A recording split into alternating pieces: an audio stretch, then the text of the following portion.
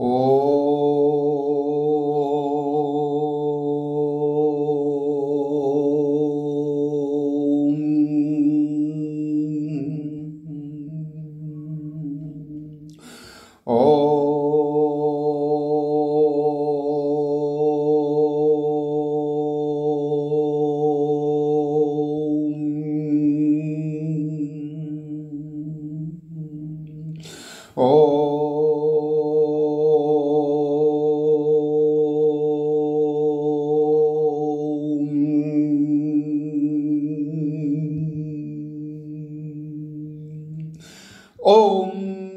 वक्रतुंड महाकाय सूर्यकोटि समप्रभ निर्विघ्नं कुरु मे देवा सर्वकार्येषु सर्वदा।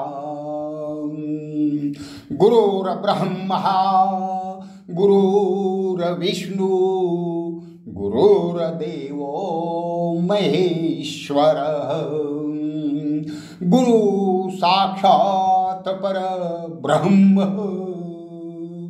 तस्मै श्री गुरुवे नमः। सर्वमंगल मांगल्ये शिवे सर्वार्थ साधिके शरण्ये त्र्यंबके गौरी नारायणी नमोस्तुते। पुंडलिकावरदे हरे विठ्ठल श्री ज्ञानदेव तुकाराम श्री गुरुदेव दत्त हो भप दिनकर तथा श्री दिनकर रंगराव महाडिक मुक्काम पोस्ट इटकरी तालुका वाळवा जिल्हा सांगली हे देत आहेत त्यांचे श्री दासबोध ग्रंथ प्रवचन तो एक मूर्ख। श्री दासबोध ग्रंथ प्रवचन तो एक मूर्ख। जय श्री राम। सर्व भक्त श्रोत्यांना ह भ प दिनकरचे अनेक सप्रेम नमस्कार। भक्त हो, सर्व धर्मीयांचे ऐक्य देवस्थान कमालीचे जागृत भक्ती लुब्ध कृपावंत वरदवंत अनेक विशेष विशेष सुलक्षण संयुक्त देवस्थान ओम श्री दावल मलिकनाथ अर्थात बाबासाहेब शिवपुरी डोंगर तालुका वाळवा जिल्हा सांगली यांना वंदन करून त्यांच्याच परवानगीने ही विशेष गोष्ट मी जनलोकात प्रगट करीत आहे। श्रीमद गीता ज्ञानेश्वरी श्री शिवलीलामृत श्री गुरुचरित्र आणि इतर अनेक अष्टके स्तोत्रे इत्यादी वरील माझी प्रवचने अनुवादादी कामे पूर्ण झाली। ध्वनी मुद्रण व्हिडिओ रूपांतर होऊन ते अमृतधारा ह्या माझ्या यूट्यूब वाहिनीवरून प्रसारित झाले। उर्वरित यथाकाल प्रसारित होत राहील। तसेच श्रीमद गीता ज्ञानेश्वरीवरील निवडक प्रवचनांची 2 पुस्तकेही प्रकाशित होऊन सर्वत्र गेली। उरलेली पुस्तकेही यथाकाल प्रसिद्ध होतील। श्री दावल मलिक बाबासाहेबांच्या आज्ञेवरून आणि त्यांच्याच कृपा प्रसादाने हे दिव्य आध्यात्मिक कार्य पूर्णत्वास गेले.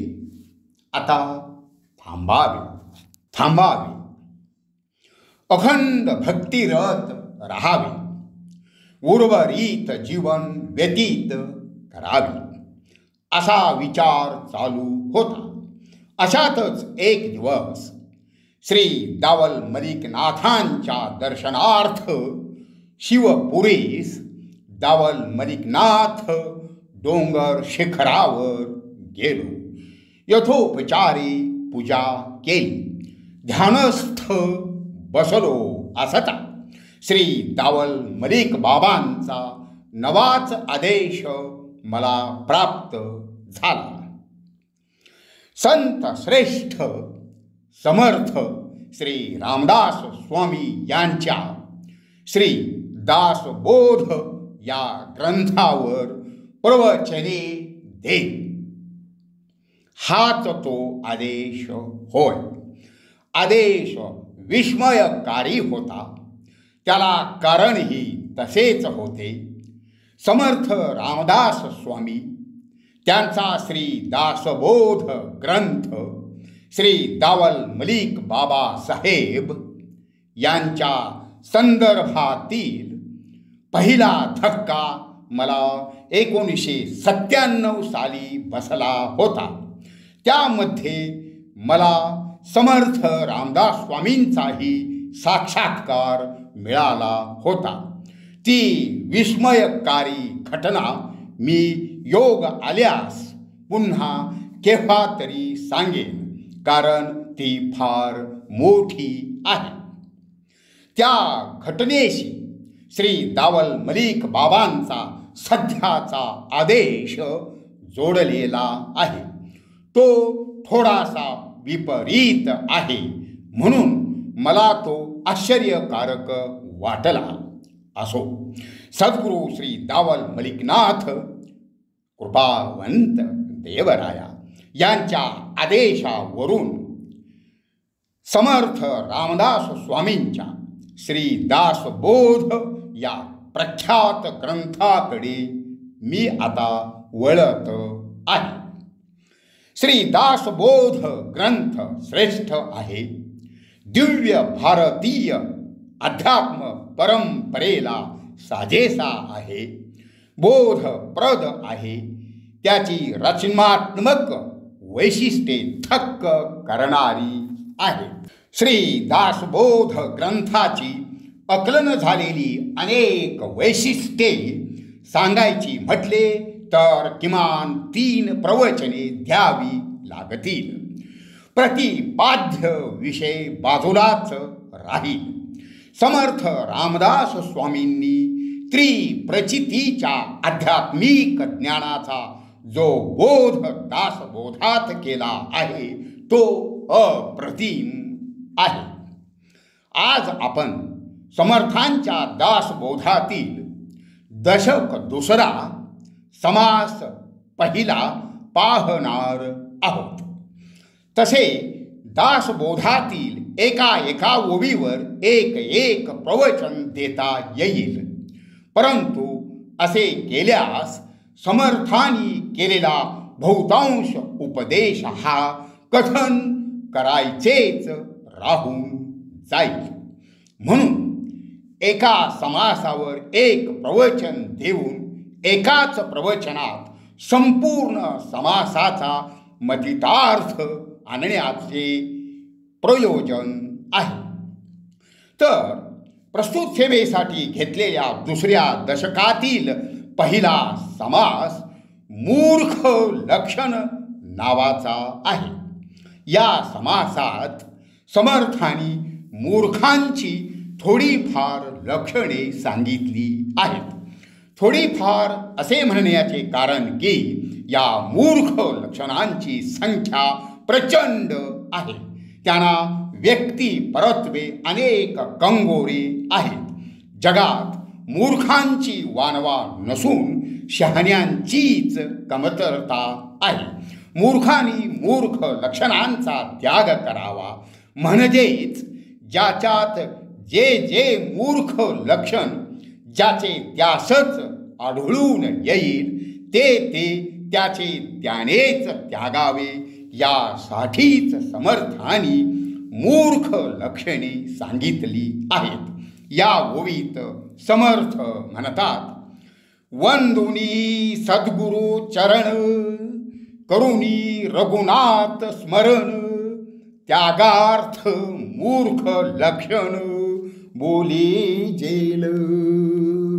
ज्या लोकांना आत्मज्ञान नसते आणि जे केवळ प्रपंचात गढून गेलेले असतात त्यांच्यामध्ये ही मूर्ख लक्षणे सर्वसाधारणपणे प्रगट असतात असे सांगून समर्थांनी मूर्ख लक्षणे सांगायला सुरुवात केली आहे। पहिले लक्षण सांगताना त्यांनी या ओवीत म्हटले आहे, जन्मला जयांचे उदरी तयांसी जो विरोध करी, सखी मानिली अंतरी तो एक मूर्ख। आपल्या आई बापाबद्दल कृतज्ञतेची अशी उदाहरणे पूर्वीपासूनच चालत आलेली आहेत, परंतु पूर्वी ती विरळा असायची। सध्या माता पित्याबद्दलची कृतज्ञतेची उदाहरणे प्रचंड बोकाळली आहेत। काळाची गरज असे गोंडस नाव देऊन जननी जनकाची वृद्धाश्रमात रवानगी करण्यात येते। आपली बायको आणि मुले यांच्या समवेत घरी राहायची मानसिकता निर्माण झाली आहे।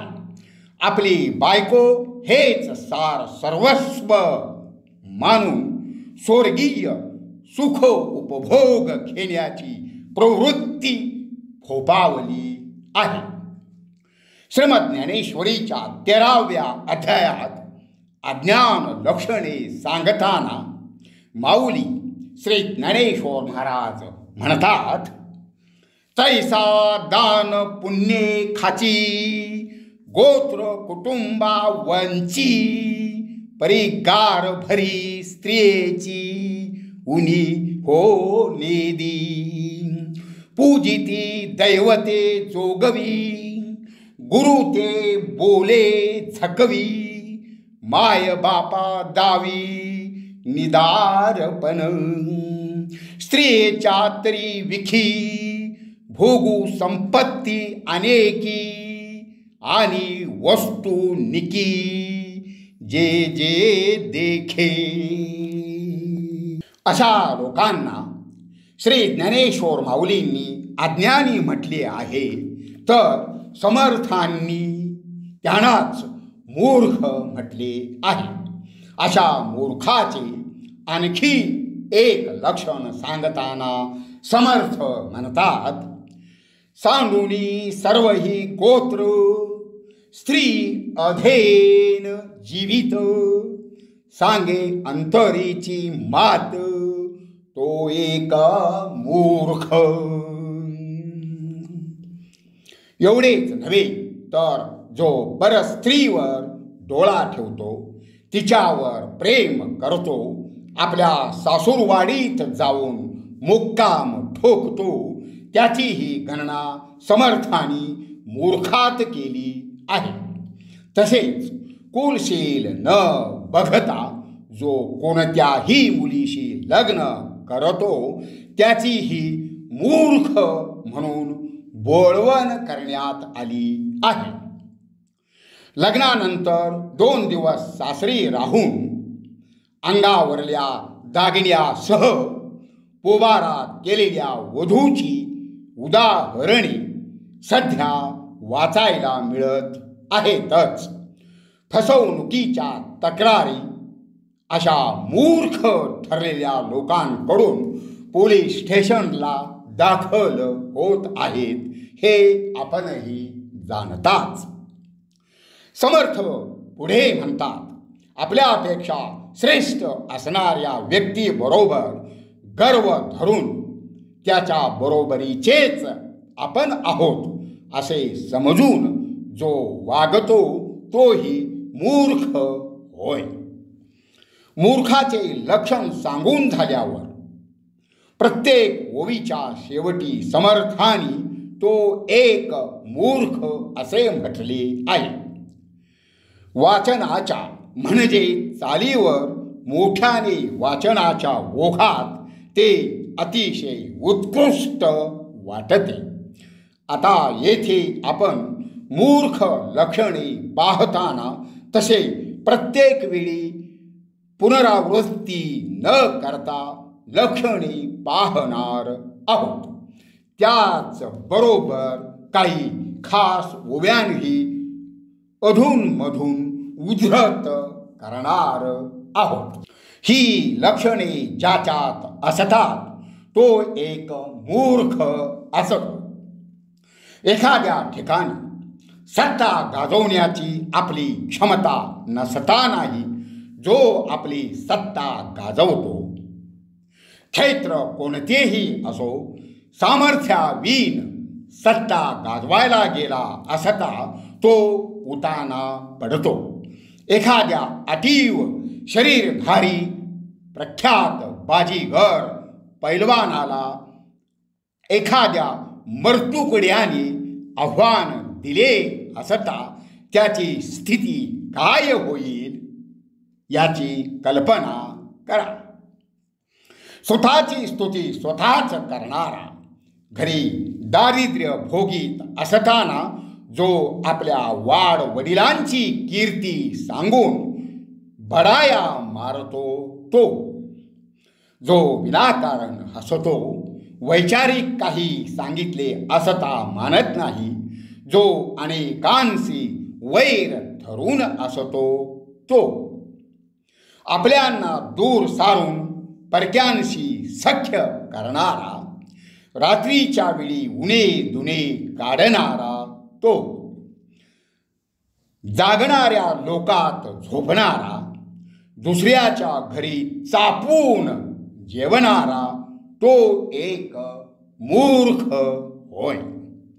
स्वतःच्या मानापमानाच्या गोष्टी जो स्वतःच्या तोंडाने विवेचितो, 7 व्यसनात ज्याचे मन बुडालेले असते तो, दुसऱ्याच्या मदतीची आस धरून जो स्वप्रयत्न सोडून देतो, आळशी राहण्यात जास आनंद वाटतो तो, घरात ज्ञान गोष्टी करतो आणि सभेमध्ये सभाधीट शून्य असतो, तोंडून शब्दही फुटत नाही तो, स्वतःपेक्षा जो श्रेष्ठ असतो त्याच्याशी जो अतिशय जवळीक करतो, कोणी काही शिकवू लागला तर त्याचा वीट मानतो तो एक मूर्ख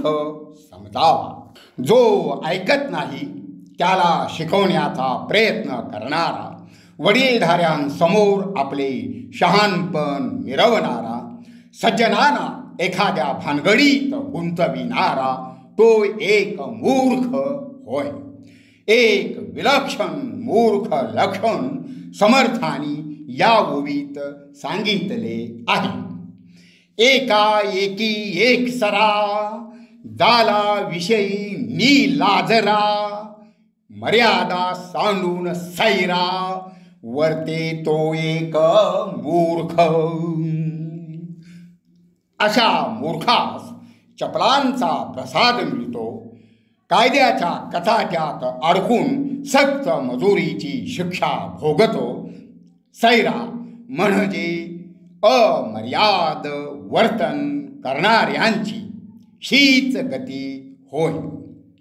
मूर्ख लक्षणे सांगताना समर्थ पुढे म्हणतात, रोग असून जो औषध घेत नाही, पथ्य पाळत नाही, आपल्या वाटणीस आलेल्या पदार्थांना जो स्वीकारीत नाही तो, जो साथीदाराशिवाय प्रदेशात जातो, परिचय नसताना मित्र जोडतो, नदी नाल्यास आलेल्या महापुरात जो उडी घालतो तो, जेथे मान मिळतो तेथेच जो सतत जातो, मानाभिमानाचे जो रक्षण करू शकत नाही तो, आपला नोकर श्रीमंत झाला तर त्याचाही जो दास बनतो, जो सदैव अस्थिर चित्त असतो तो, एखाद्यास अविचाराने अपराधाविना जो शिक्षा करतो,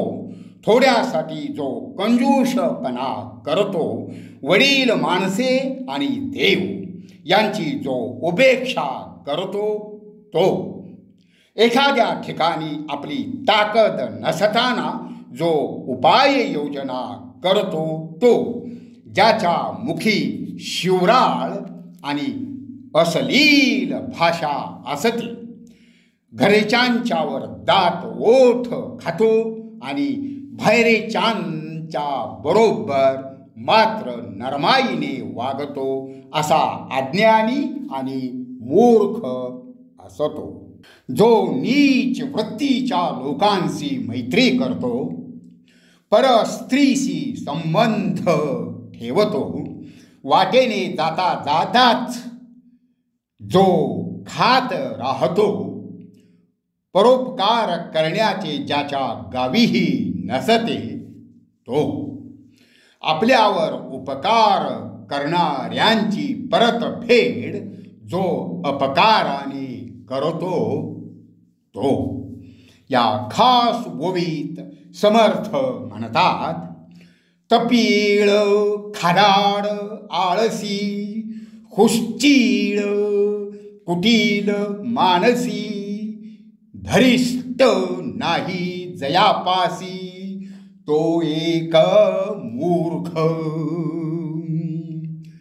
मूर्खांची आणखी लक्षणे सांगताना समर्थ म्हणतात, विद्या वैभव सामर्थ्य पराक्रम यांपैकी काहीही जवळ नसताना जो अभिमान मिरवतो, उद्धट खोटा लबाड दुराचारी वाकड्या बुद्धीचा असून ज्याची झोप अमर्याद असते तो, जो उंचावर जाऊन वस्त्र नेसतो, चव्हाट्यावर मलमूत्र विसर्जनास बसतो, सदैव अर्ध नग्न अवस्थेत वावरतो तो, ज्याचे दात ओठ डोळे नाक हात कपडे पाय सदा सर्व काळ अस्वच्छ घाणेरडे असतात तो एक मूर्ख.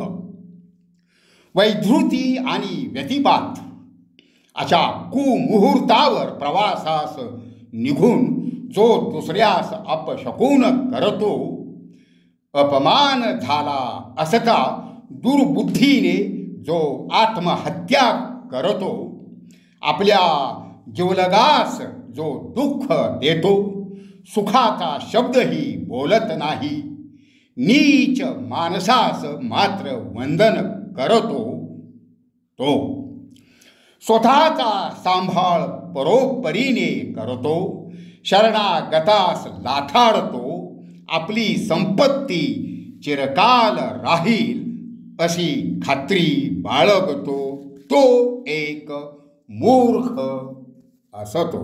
परमेश्वरास विसरून जाऊन जो फक्त कुटुंब पत्नी आणि पुत्र हाच काय तो खरा आधार मानून जगतो तो, जसे जसे कर्म करावे तसे तसे त्याचे फळ प्राप्त होते हे ज्यास ठाऊक नाही तो, पुरुषांपेक्षा स्त्रियांना अष्टगुणांनी ईश्वरी देणगी असते, अशा अनेक बायका ज्याने केल्या तो, दुर्जन माणसाचा दुरुपदेश मानून जो मर्यादा सोडून वागतो, जो ज्ञान असून मुद्दाम अज्ञानासारखा वागतो तो एक मूर्ख असतो.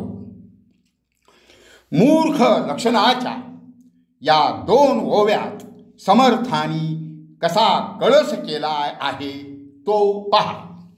देवद्रोही, गुरुद्रोही, मातृद्रोही, पितृद्रोही, ब्रह्मद्रोही, स्वामीद्रोही तो एक मूर्ख.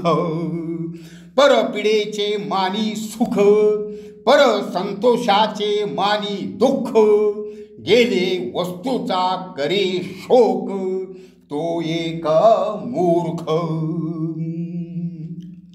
मूर्खांची आणखी लक्षणे सांगताना समर्थ पुढे म्हणतात, आदराविना बोलणे, न विचारता साक्ष देणे आणि निंदनीय वस्तूंचा स्वीकार करणे असे करणारा जो असतो तो, जो सरलता तोडून बोलतो, मार्ग सोडून चालतो, कुकर्म करणारे मित्र करतो तो, जो स्वतःची लायकी राखू शकत नाही, सदैव विनोद करतो, त्याच्यावर कोणी हसले तर त्याच्याशी दोन हात करायला तयार होतो तो, जो कठीण पैज लावतो, विनाकारण बडबडतो, जेव्हा बोलावयास हवे तेव्हा तोंडाला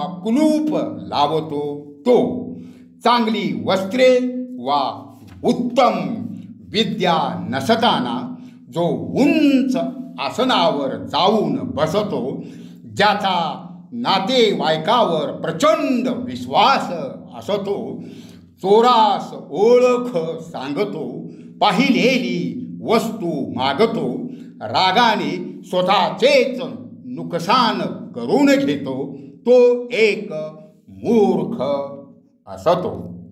मूर्खांची आणखी खास वैशिष्ट्ये सांगताना समर्थ या ओव्यात म्हणतात, सांडूनिया जगदीशा, मनुष्याचा मानी भरवसा, सार्थके विन वेची वयसा तो एक मूर्ख. संसार दुःखाचेनी गुणे, देवास गाळी देणे, मैत्राचे बोले उणे तो एक मूर्ख. ज्या मानवाचे मन पालटून तो कधी उलटेल किंवा तो मानवच केव्हा उलथेल, म्हणजेच मृत्यू पावेल याचा भरवसा नसतो, त्याच्यावर जो विश्वास ठेवतो आणि जो परमेश्वर कधी ढळत नाही चळत नाही, त्या परमेश्वराबद्दल गैरविश्वास बाळगतो तो महामूर्ख होय. त्याचप्रमाणे लाभलेल्या आयुष्याचे सार्थक परमेश्वर भक्ती व सत्कर्मे न करता जो ते व्यर्थ घालवितो तोही मूर्ख असतो.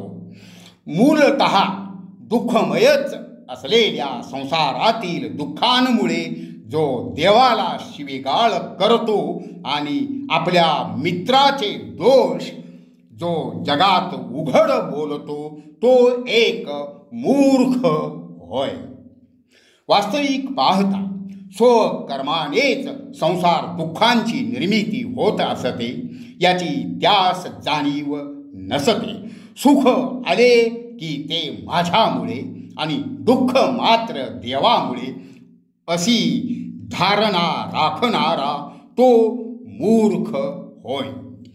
त्याचप्रमाणे छोट्या चुकांना जो माफ करीत नाही आणि चूक करणारास सदैव धारेवर धरतो आणि जो विश्वासघात करतो तो, श्रेष्ठांच्या मनातून जो उतरतो, ज्याचे अस्तित्व नकोसे वाटते, जो क्षणात चांगला तर क्षणात पालटतो तो, दीर्घ काळाचे नोकर काढून टाकून त्यांचे जागी नवीन नोकर ठेवतो, ज्याच्या सभेस आवरेल असा कोणी नसतो तो एक मूर्ख समजावा.